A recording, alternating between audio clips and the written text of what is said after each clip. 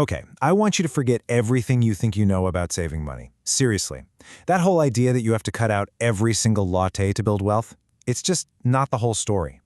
Today we're going to dive into the pretty radical, guilt-free philosophy from Ramit Sethi's book, I Will Teach You to Be Rich. It's a system designed to help you spend more, not less, on the things you actually love. You know the drill, right? We've all seen this version of financial responsibility. You track every penny, you feel this little ping of guilt for every small pleasure. But what if the real path to wealth looks totally different?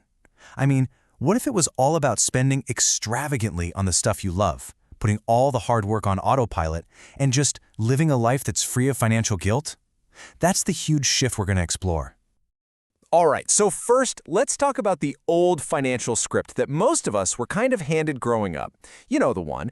It's a story all about sacrifice and restriction, and it tells us that willpower is the only thing that's going to get you to financial success. But what if that whole story is just fundamentally flawed? This right here is the central question of the whole book, and it's a really powerful one. It basically challenges us to stop focusing on all these tiny, painful cuts and instead ask a much, much bigger question. Why are we constantly fighting against ourselves instead of just designing a system that works for us?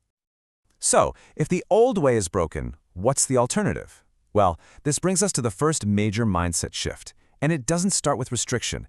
It starts with spending, but spending with some powerful intention behind it. And here's the crucial point. You're probably not failing financially because of your coffee habit. You might be struggling because you're fighting the wrong battles. We obsess over these small, joyful expenses, while the real enemies, bank fees, high-interest debt, crummy investments, are just quietly draining our accounts. It's not about the amount you spend, it's about being aware of where it's going. The solution is something called conscious spending, and it's a simple but really powerful strategy. All you do is figure out what you absolutely love. Maybe it's travel or dining out or some specific hobby, and you decide to spend extravagantly on it. Then you figure out what you don't really care about, and you cut costs on that stuff mercilessly. See, this isn't about penny pinching. It's about using your money to strategically maximize your own happiness. Okay, so that sounds great in theory, right? But how do you actually make it happen without it feeling like a full-time job? This brings us to the core mechanic of this whole philosophy. You have to build a system. Why? Because your willpower, well, it's probably the least reliable tool you've got. I absolutely love this reframing. It's a call to stop being this disciplined soldier who's constantly fighting temptation, and instead become an intelligent architect.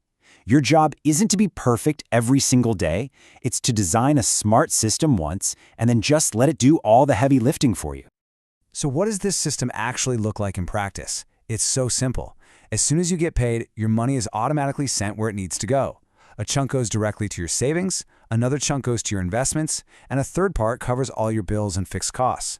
And what's left over in your checking account? Well, that's your guilt-free spending money. The big, important decisions are made for you, automatically, every single month. Now for the investing piece. In a world of crypto hype and meme stocks, you might be expecting some super complicated strategy here, but the advice in this book is so refreshingly simple. In fact, it argues that the most effective way to build wealth is to be, well, pretty boring. And here it is, that boring but incredibly powerful path. It's not about trying to outsmart the market or pick the next big thing. It's all about consistency, using simple, low-cost index funds, making those automatic contributions we just talked about, and just actively ignoring all the daily hype and noise. This isn't a lottery ticket. It's a proven, sustainable strategy for long-term growth. This is such a powerful antidote to the get-rich-quick culture that we're all swimming in. True, sustainable wealth isn't built overnight. It's the result of patience, consistency, and time in the market, not trying to time the market. It's a long-term project, not some weekend gamble. Okay, so we have a system for spending and a strategy for investing. But what's it all for? This brings us to maybe the most important question in this entire philosophy. What is the ultimate goal of all this work?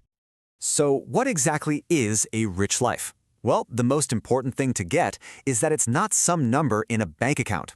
It's a life that's designed around your personal values. For one person, that might mean the freedom to work less. For another, it could be traveling the world. And for someone else, it might just be the quiet confidence of knowing you can handle any emergency.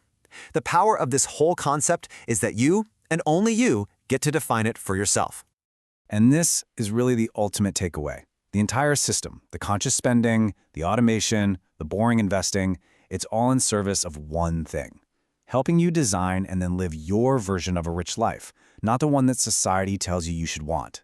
Because in the end, the money, it's just the tool you use to build that life. So I'll leave you with this final question to think about. If your finances were completely automated, totally taken care of, what would you do with all of that freed up time and energy? Answering that question for yourself, well, that's the first and maybe the most important step toward building your own rich life.